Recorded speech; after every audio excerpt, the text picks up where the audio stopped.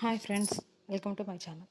రేపు అనగా శనివారం ధనుర్మాసము మరియు మార్గశిర మాసం కాబట్టి రేపు శనివారం త్రయోదశితో కూడింది. ఈ రోజున శని త్రయోదశి రోజున అష్టమ శని, అర్ధాష్టమ శని, ఏళ్ళనాటి శనితో బాధపడేవారు శనికి తైలాభిషేకం చేసుకొని శని ముందు నల్ల ఒత్తితో దీపాన్ని వెలిగించినట్లయితే వారి యొక్క బాధలు కొంచెం తగ్గుతాయి.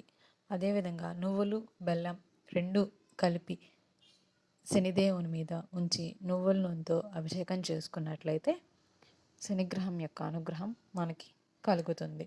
అంతేకాకుండా ఈ శనివారం రోజున ఉదయాన్నే రావి చెట్టు దగ్గర కనుక దీపాన్ని వెలిగించినట్లయితే, ఎందుకంటే ధనుర్మాసం మరియు శనివారం విష్ణుమూర్తికి కూడా ఎంతో ప్రీతికరమైన రోజు కాబట్టి, ప్రీతికరమైన మాసం అన్నమాట.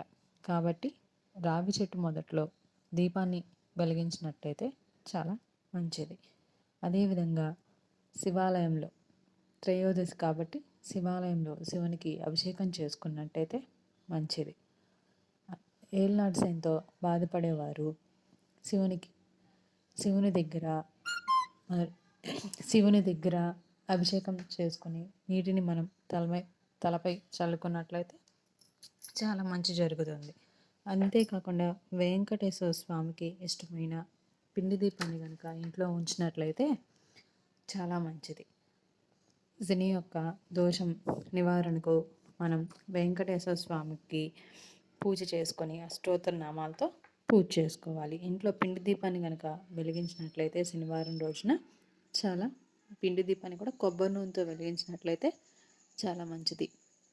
అదే కాకుండా ఆంజనేయ స్వామికి కూడా ప్రతి శనివారం తమలపాకులతో పూజ చేయడం వలన కూడా శనిగ్రహం యొక్క బాధల నుండి తప్పించుకోవచ్చు.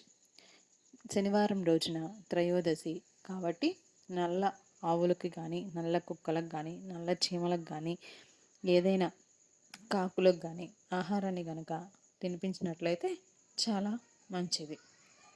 Thank you friends.